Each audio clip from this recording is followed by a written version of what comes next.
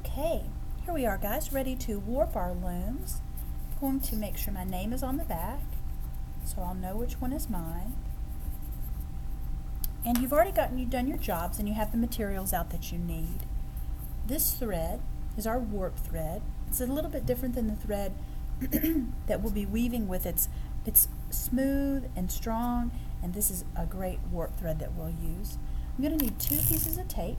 So I'm going to go ahead and get my tape ready, and that's a good idea for you so that you don't have to wait for it. You can go ahead and have yours ready since you share this with your team.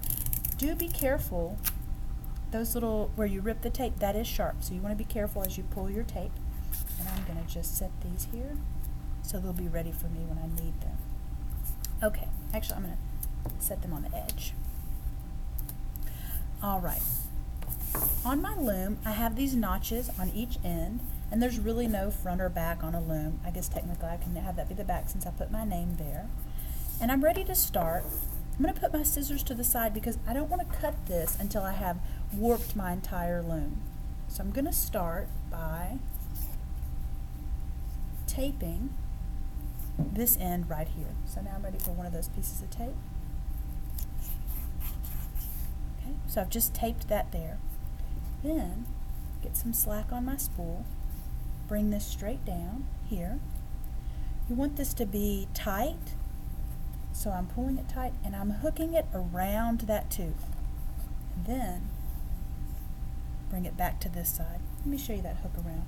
So I have it here and I'm hooking it around. Here's what it looks like on the back.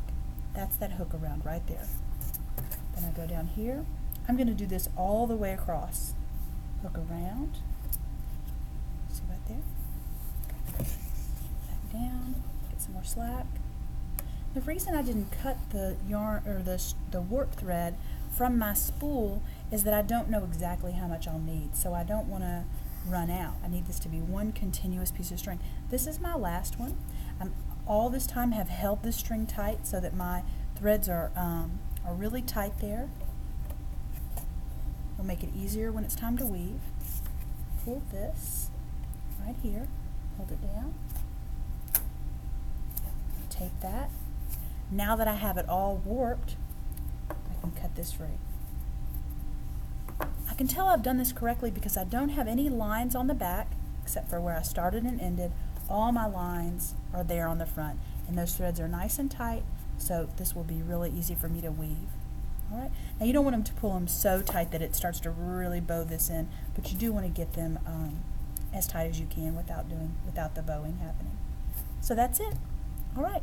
After you've warped your loom, see if there's someone at your team that you can help, and we'll be ready next week to weave on our looms.